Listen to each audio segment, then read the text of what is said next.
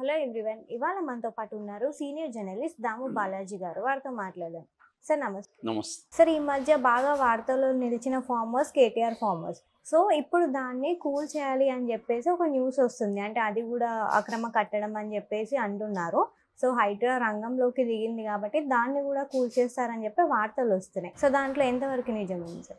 KTR farm house అంటారు దీన్ని. యాక్చువల్గా ఇది కేటీఆర్ పేరుతో లేదు, వాళ్ళ బావమరిది రాజ్ పకాల ఆయన పేరుతో ఉంది. సో దాన్ని ఇప్పుడు కూల్ చేస్తున్నారని ఒక వార్త ఇప్పుడు వైరల్ అయింది. ఇప్పటి నుంచో అంటున్నారు. యాక్చువల్గా ఇప్పుడు కొత్తగా మళ్ళీ వైరల్ అయింది. యాక్చువల్గా జన్వాడ ఫామ్ హౌస్ని కూల్ చేయాలని ఎప్పటి నుంచో అంటున్నారు. హైడ్రా వచ్చినప్పటి నుంచి కూడా దాని మీద కన్నుంది. ఆల్రెడీ రెవెన్యూ అధికారులు, ఇరిగేషన్ డిపార్ట్మెంటు, ఎలక్ట్రిసిటీ డిపార్ట్మెంట్ వీళ్ళందరూ కూడా వెళ్ళి అక్కడ సర్వేలు చేశారు.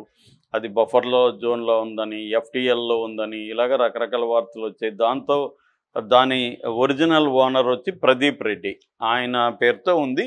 వీళ్ళ బావ అంటే బావమరిది, కేటీఆర్ బావమరిది దాన్ని లీజుకు తీసుకున్నాడు అనేది చెప్తున్నారు. సో ఈ ప్రదీప్ రెడ్డి హైకోర్టుకి వెళ్ళాడు. నేను అది నిర్మించిందేమో 2014లో నిర్మించారు వేరే వాళ్ళు, నేను దాన్ని 2019లో కొనుక్కున్నాను, అప్పుడు అన్ని అనుమతులు దానికి ఉన్నాయి, అవన్నీ చూసే నేను కొనుక్కున్నాను. సో అనుమతులు ఉన్నాయి కాబట్టి కూల్చివేయొద్దని చెప్పండి అని వీళ్ళు వెళ్ళారు. ఎవరు? ప్రదీప్ రెడ్డి హైకోర్టుకి వెళ్ళారు. హైకోర్టు ఏం చెప్పింది, అలాగా స్టే ఇవ్వడానికి కుదరదు, చట్ట ప్రకారం వెళ్ళమని మనం చెప్తాం. చట్ట ప్రకారం మీకు నోటీసులు ఇవ్వాలి, మీరు అక్రమ కట్టడమా కాదా అనేది మీరు ప్రూవ్ చేసుకునే అవకాశం మీకు ఇవ్వాలి. సో మీరు కోర్టుకు లీగల్గా అప్పుడు రండి. సో ఇప్పుడు మేము దాన్ని ఆపమని అంటే స్టే ఇవ్వాలని అంటే స్టే ఇవ్వలేము అని చెప్పారు. దాని తర్వాత మరి ఎందుకు రేవంత్ రెడ్డి ప్రభుత్వం దాన్ని కోల్చకుండా ఆగిందో తెలీదు.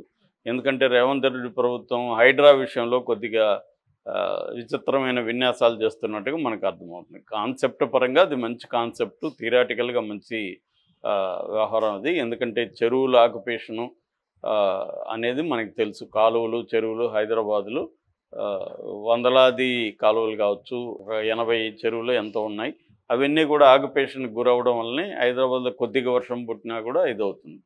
సో రెండోది డ్రైనేజ్ సిస్టమ్ సరిగలేదు. ఎందుకంటే మల్టీ స్టోరీడ్ బిల్డింగ్స్, అందులో కూడా మల్టీ స్టోరీడ్ బిల్డింగ్లు ఇచ్చేస్తారు. ఆ మల్టీ స్టోరీడ్ బిల్డింగ్లో వాడే ఇదంతా కూడా సరిపోయే డ్రైనేజీలు అక్కడ లేవు. అందుకని కొద్దిగా వర్షం పడినా కూడా మెయిన్ సిటీస్లో, ఆ మధ్య నేను సోమాజిగూడలో చూశాను, వితిన్ నిమిషాల్లో వీధులు ఇక్కడ వరకు లోతులు వచ్చేస్తున్నాయి. ఇంకా మా బస్తీల పరిస్థితి, లోతట్టు ప్రాంతాల పరిస్థితి చెప్పాల్సిన అవసరం లేదు. సో ఇది మంచి కాన్సెప్టే, కానీ మేజర్ ఆక్యుపేషన్లు ఎవరు చేశారు? పెద్దవాళ్ళు చేశారు ఎక్కువగా. వాటి జోలికి ముందు వెళ్ళి తర్వాత పేదవాళ్ళ జోలికి వస్తే ప్రిపేర్ చేసి ఉంటే అయ్యిండేది. ఊరికే ఒక సింబాలిక్గా నాగార్జునది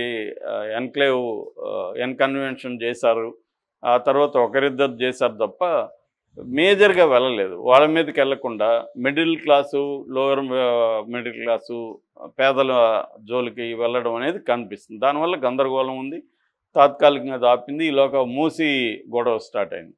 సో ఈ యాంగిల్లో చూసుకున్నప్పుడు జన్వాడ ఫామ్ హౌస్ని కూడా ఎందుకు కోల్చలేదు అనేది ఇది ఉంది. ఈ లోపల కేటీఆర్ స్టేట్మెంట్ ఇచ్చాడు, అది అసలు ఫామ్ హౌసే కాదు, మా బావ ఇల్లు అది, మా బావ తీసుకున్నాడు దాన్ని లీజుకి, గృహప్రవేశానికి కుదరలేదు కాబట్టి దీపావళికి పార్టీ చేసుకున్నాం, దాన్ని మీరు రేవ్ పార్టీ అంటున్నారు. అప్పుడు రేవ్ పార్టీ అని కూడా దీని మీద పెద్ద దుమారం లేపింది. 2 రోజులు పెద్ద డ్రామా నడిచింది.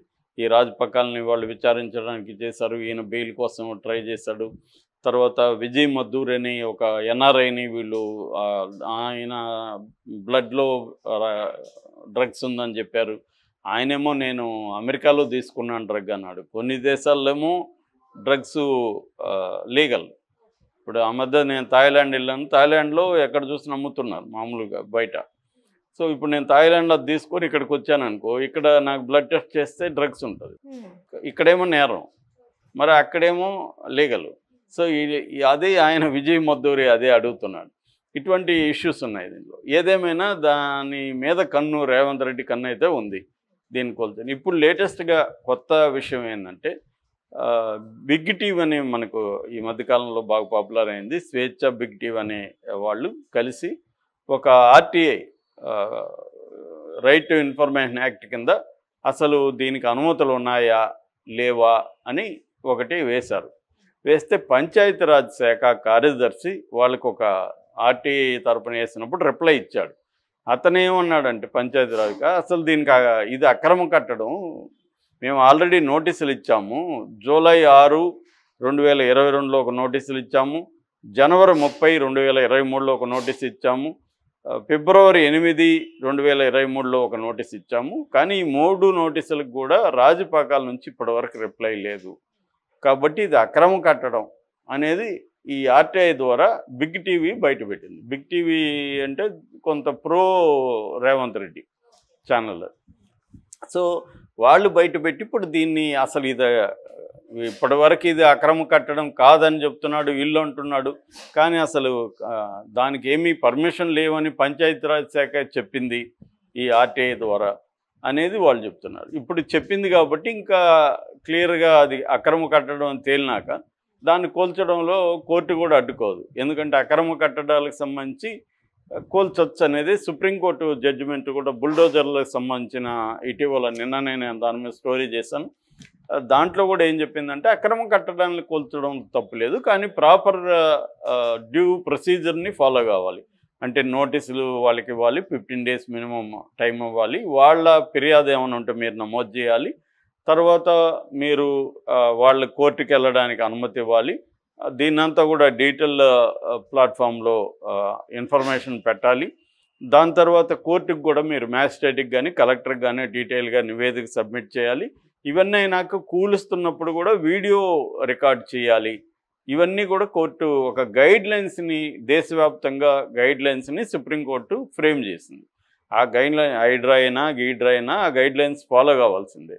ఇది ప్రధానంగా యోగి మీద వెళ్ళిన పిటిషన్లకు సంబంధించి సుప్రీంకోర్టు ద్విసభ్య ధర్మాసనం Gavai BR Gavai and KV Viswanathan ఈ జడ్జిలు ఇద్దరు కలిసి ఇచ్చిన తీర్పు. ఆ తీర్పు ప్రకారం ఒకవేళ జన్వాడ ఈ ఫామ్ హౌస్ అక్రమ కట్టడం అయితే రాజపాకాలకి వీళ్ళు నోటీసులు ఇవ్వాలి, ఆయనకి టైం ఇవ్వాలి, ఆయన కోర్టుకి వెళ్ళే అవకాశం ఇవ్వాలి. కోర్టుకి వెళ్ళినాక అక్కడ కూడా ఇది అక్రమ కట్టడం అని కానీ ప్రూవ్ చేయాలి. అక్రమ కట్టడం అని ప్రూవ్ చేయాలంటే గవర్నమెంట్కి ఒక ఇబ్బంది ఉంది. ఎందుకంటే ఇప్పుడు హైడ్రాకి ఇబ్బందులు అవే. హైడ్రా ఇప్పుడు నేను ఒక దగ్గర ఒక ఇల్లు కట్టుకున్నాను, నాకు అన్ని అనుమతులు ఇచ్చేశారు, నేను ఇల్లు కట్టుకున్నా.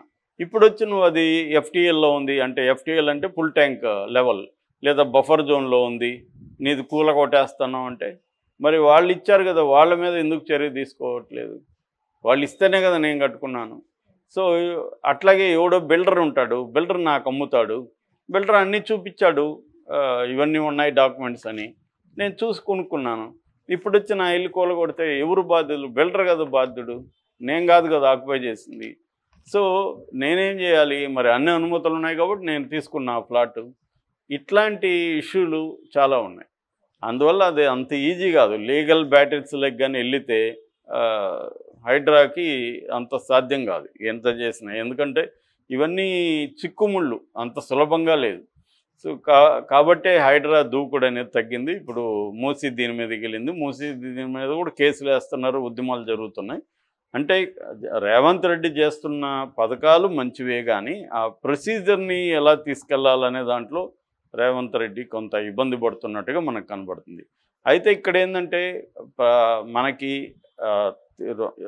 మొత్తం దేశవ్యాప్తంగా కానీ ముఖ్యంగా 2 తెలుగు రాష్ట్రాల్లో రివెంజ్ పాలిటిక్స్ అనేది బలంగా కనబడుతుంది. ఏ పార్టీ అధికారంలో ఉంటే ప్రతిపక్ష పార్టీలని నాయకుల్ని ఇబ్బందులు పెట్టడం, ఫోర్స్ చేయడం, వాళ్ళలో కొంతమంది తమ పార్టీలకు వచ్చేట్టుగా వాళ్ళని ప్రెజర్ చేయడం, పొగబెడతారంటారు కదా, పొగబెట్టినప్పుడు ఎలుకలు ఊరేళ్ళలోంచి బయటకు వస్తాయి. అట్లాగే ప్రతిపక్ష నాయకులకు పొగబెడితే అంటే వాళ్ళ మీద కేసులు, వాళ్ళ ఆస్తులు అక్రమం ఇంకోటో చెప్పి వాళ్ళ ఆస్తుల ధ్వంసం, వాళ్ళ ఆర్థికంగా వాళ్ళని దెబ్బ కొట్టడం, ఇవన్నీ చేస్తున్నప్పుడు ఏం చేస్తారు? వాళ్ళు విధి లేక మన పార్టీలో చేరతారు. సో ఈ పని రేవంత్ రెడ్డి కూడా చేస్తున్నాడు. ఒకప్పుడు రేవంత్ రెడ్డి కూడా బాధితుడే దీనికి. రేవంత్ రెడ్డిని కేసీఆర్ అర్ధరాత్రి అరెస్ట్ చేయడం, చివరికి వాళ్ళ కూతురు పెళ్ళికి కూడా ఆయన బేడీలు వేసుకొని రావాల్సిన పరిస్థితి ఏర్పడడం ఇవన్నీ మనం చూసాం. ఇప్పుడు ఒకప్పుడు విక్టిమ్గా ఉన్న రేవంత్ రెడ్డి ఇవాళ మళ్ళీ కేసీఆర్ ఫ్యామిలీ మీద, కేటీఆర్ ఫ్యామిలీ మీద తీవ్రంగా విరుచుకుపడడం, కేసులు పెట్టడం, ఆస్తులు కూలగొట్టడం ఈ కార్యక్రమంలోకి వచ్చినట్టు కనబడుతుంది. అక్కడ అంతే. ఒకప్పుడు జగన్ తెలుగుదేశం వాళ్ళని అత్యంత దారుణంగా అరెస్టులు చేయడం, చివరికి చంద్రబాబును కూడా 53 రోజులు పెట్టడం, ఇవన్నీ చేశాడు. ఇప్పుడు చంద్రబాబు ప్రభుత్వం అదే చేస్తుంది జగన్ మీద.